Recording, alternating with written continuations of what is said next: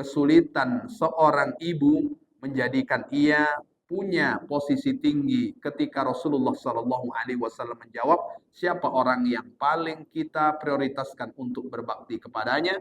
Rasulullah mengulang 3 kali, adalah ibu. Meskipun demikian, ibu tetap rela ketika anaknya nama belakangnya yang disematkan bukan nama dia, tapi justru nama suaminya.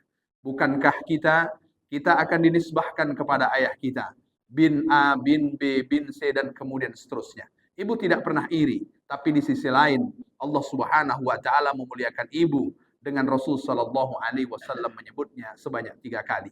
Maka jangan sampai kita menjadi orang-orang yang merugi ketika masih menjumpai keduanya, lalu kemudian kita tidak berbakti kepada mereka. Bukankah kemudahan yang kita dapatkan saat ini, bukankah segala sesuatu yang Allah karuniakan kepada kita saat ini tidak lepas dari kebaikan-kebaikan yang dahulu dilakukan oleh kedua orang tua kita? Maka Rasul sallallahu alaihi wasallam juga mengabarkan, barru aba'akum taburrukum abna'ukum. Berbaktilah engkau kepada ayah ibumu, niscaya anak-anakmu juga akan berbakti kepadamu. Kalau kemudian kita ingin anak kita berbakti kepada kita, tentu tak bisa kita lepaskan bagaimana bakti kita kepada kedua orang tua kita. Ayah ibu yang dahulu mendoakan kita, sehingga saat ini kita mendapatkan kemudahan. Maka begitu juga lakukan hal yang serupa, supaya anak-anak kita kelak mendapatkan kemudahan, sebagaimana yang kemudian kita dapatkan.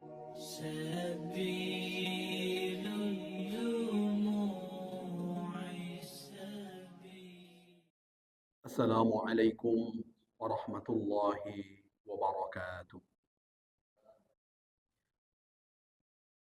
Alhamdulillahi rabbil alamin. Wal aqibatu lil muttaqin wa la udwana illa 'alal zalimin. Allahumma salli wa sallim wa barik ala Muhammad wa ala alihi wa ashabihi wa man tabi'ahu bi ihsanin ila yaumiddin. Subhanaka la ilma lana illa ma 'allamtana innaka antal alimul hakim. Bersyukur kita kepada Allah dengan mengucapkan kalimat alhamdulillahi rabbil alamin atas seluruh fasilitas nikmat yang Allah karuniakan kepada kita yang kita tak mampu menghitungnya. Bersalawat dan bersalam kita kepada baginda Rasul dengan ucapan Allahumma salli ala sayyidina Muhammad wa ala ali sayyidina Muhammad. Assalamu alayka ya Rasulullah. Bapak Ibu jamaah yang dimuliakan oleh Allah Subhanahu wa taala, siang hari ini saya akan membacakan cabang iman yang ke-46. Wasadisu wal arba'un. Adapun cabang iman yang ke-46, birrul walidain, berbakti kepada kedua orang tua. Jika ada orang mengaku dia beriman, tapi dia durhaka kepada kedua orang tuanya, berarti ada masalah dengan keimanannya. Seyogyanya, keimanan seseorang di antara buahnya, dia berbakti kepada kedua orang tuanya.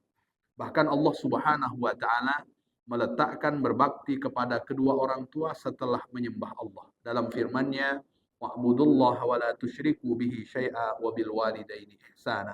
Sembahlah Allah dan jangan sekutukan Allah dengan apapun, dan berbuat baiklah kepada kedua orang tua. Wa iyyaka wa uquqal walidain. Jauhilah, hindarilah untuk kemudian kita durhaka kepada keduanya, in adraktuhuma. Kalau seandainya kita berjumpa dengan mereka. Kalau seandainya kehidupan kita di antara anugerah besar yang Allah karuniakan kepada kita, kita masih berjumpa dengan ayah kita masih berjumpa dengan ibu kita. Perjumpaan kita kepada keduanya mengantarkan kepada kita untuk menjadi orang-orang yang punya kesempatan banyak untuk berbakti kepada keduanya. Maka hindarilah untuk durhaka kepada keduanya. Bahkan dalam riwayat yang lain, Bapak Ibu yang dimuliakan Allah Subhanahu wa taala, anna rajulan qala li Rasulillah sallallahu alaihi wasallam. Ada seseorang bertanya kepada Rasul, "Man abar?" Wahai Rasul, siapa orang yang paling berhak aku berbuat baik kepadanya? Rasulullah sallallahu alaihi wasallam menjawab, ummuka. Bahkan Rasulullah sallallahu alaihi wasallam ulang sampai 3 kali, di urutan yang keempat baru kemudian summa abaka, di urutan yang keempat baru kemudian ayahmu. Ini menunjukkan Bapak Ibu yang dimuliakan Allah Subhanahu wa taala, kesulitan seorang ibu menjadikan ia punya posisi tinggi ketika Rasulullah Shallallahu alaihi wasallam menjawab, siapa orang yang paling kita prioritaskan untuk berbakti kepadanya? Rasulullah mengulang 3 kali, adalah ibu. Meskipun demikian ibu tetap rela ketika anaknya nama belakangnya yang disematkan bukan nama dia, tapi justru nama suaminya. Bukankah kita akan dinisbahkan kepada ayah kita, bin A, bin B, bin C, dan kemudian seterusnya. Ibu tidak pernah iri, tapi di sisi lain Allah Subhanahu wa taala memuliakan ibu dengan Rasul sallallahu alaihi wasallam menyebutnya sebanyak 3 kali. Maka jangan sampai kita menjadi orang-orang yang merugi ketika masih menjumpai keduanya, lalu kemudian kita tidak berbakti kepada mereka. Bukankah kemudahan yang kita dapatkan saat ini, bukankah segala sesuatu yang Allah karuniakan kepada kita saat ini tidak lepas dari kebaikan-kebaikan yang dahulu dilakukan oleh kedua orang tua kita. Maka Rasul sallallahu alaihi wasallam juga mengabarkan, barru aba'akum taburrukum abna'ukum, berbaktilah engkau kepada ayah ibumu, niscaya anak-anakmu juga akan berbakti kepadamu. Kalau kemudian kita ingin anak kita berbakti kepada kita, tentu tak bisa kita lepaskan bagaimana bakti kita kepada kedua orang tua kita. Ayah ibu yang dahulu mendoakan kita, sehingga saat ini kita mendapatkan kemudahan. Maka begitu juga lakukan hal yang serupa, supaya anak-anak kita kelak mendapatkan kemudahan, sebagaimana yang kemudian kita dapatkan. Tentu berbakti kepada kedua orang tua sangat luas, baik ketika mereka masih hidup, dan juga kita bisa melakukannya ketika keduanya sudah wafat menghadap Allah Subhanahu wa taala. Suatu ketika Rasulullah sallallahu alaihi wasallam didatangi seseorang, lalu kemudian dia bertanya, "Ya Rasulullah, inna ummi qad tufiyat wa lam tusini bi syai'." Rasul, ibuku meninggal. Saat dia meninggal, tak pun sedikit dia berwasiat kepadaku. Afa atasaddaqu anha? Apakah boleh harta peninggalannya yang menjadi warisanku aku bersedekah atas nama ibuku? Lalu Rasulullah sallallahu alaihi wasallam menjawab dengan kalimat na'am. Iya, artinya di antara cara anak berbakti kepada kedua orang tuanya, jika orang tuanya sudah meninggal, maka sedekahlah, maka berinfaklah, maka berwakaflah, yang kemudian kita atasnamakan ayah kita atasnamakan ibu kita ketika keduanya sudah tidak ada, ketika keduanya sudah menghadap Allah Subhanahu wa taala. Bahkan ada seseorang dari Bani Salmah, dia datang kepada Rasulullah sallallahu alaihi wasallam, lalu kemudian dia bertanya, "Ya Rasulullah, hal baqiya min birri abawayya sa'un aburruhuma ba'da wafatihima?" Rasul, masihkah ada kesempatan aku berbakti kepada ayah ibuku saat keduanya sudah tidak ada? Rasul sallallahu alaihi wasallam menjawab dengan kalimat na'am. Iya, engkau bisa berbuat baik kepada keduanya. Bagaimana caranya? As-salatu alaihima. Kalau ayah ibu kita sudah meninggal, sudah mendahului kita, maka berbakti kita kepada keduanya dengan mensolatkan jenazah mereka. Maka sesibuk apapun kita, jangan sampai kita tidak mensolatkan jenazah kedua orang tua kita. Tinggalkan seluruh aktivitas untuk berbakti yang terakhir kali saat raga masih sama-sama di dunia.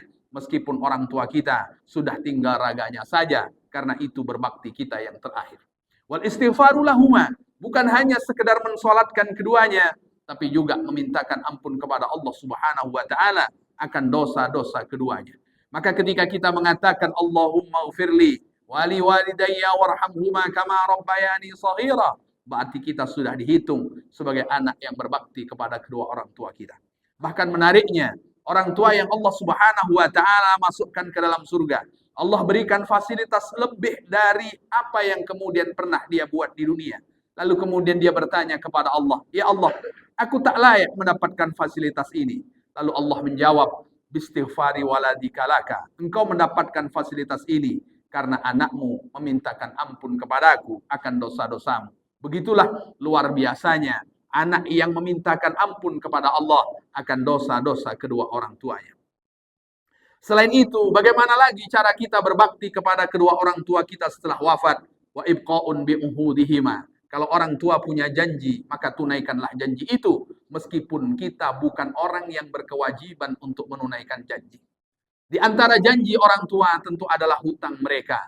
Meskipun bukan kewajiban anak untuk membayarkan hutang kedua orang tuanya, tapi ketika anak membayarkan hutang kedua orang tuanya, maka dihitung sebagai anak yang berbakti kepada kedua orang tuanya. Lalu yang keempat dan yang kelima, kata baginda Rasul sallallahu alaihi wasallam, wa ikramu sadiqihima wa sillatur rahimil lati la tusalu illa bihima. Muliakan kawan-kawannya, datangi sahabat-sahabatnya yang masih hidup. Artinya Bapak Ibu yang dimuliakan Allah Subhanahu wa taala, Dahulu kita tidak mengenal silaturahim. Orang tua mengajarkan kepada kita sehingga kita dikenalkan dengan sahabatnya, dengan kawannya. Ketika orang tua kita meninggal, datangilah teman-teman ayah kita, datangilah kawan-kawan ibu kita. Ketika kita datang menjumpai mereka, maka kita sudah dihitung sebagai anak yang berbakti kepada kedua orang tua. Bahkan Bapak Ibu yang dimuliakan oleh Allah Subhanahu wa taala, Sayyidina Abdullah bin Umar memberikan hadiah seekor keledai kepada siapa? Kepada anak dari kawan ayahnya. Bapak Ibu yang dimuliakan oleh Allah Subhanahu wa taala, padahal hubungannya sudah jauh. Kenapa Sayyidina Abdullah bin Umar memberikan keledai kepada anak dari kawan ayahnya? Lalu kemudian ketika Sayyidina Umar ditanya, ayahnya adalah kawan baik ayah saya.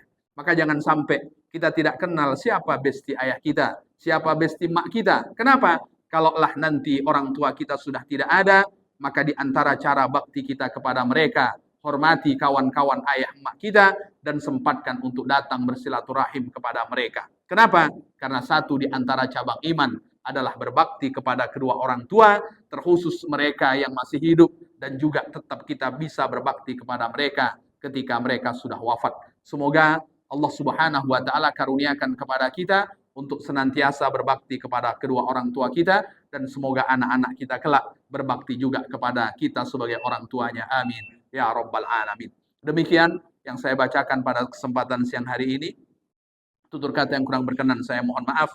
Mari sama-sama kita tutup dengan membaca doa kafaratul majlis. Subhanakallahumma wa bihamdika asyhadu an la ilaha illa anta astaghfiruka wa atubu ilaik. Assalamualaikum warahmatullahi wabarakatuh.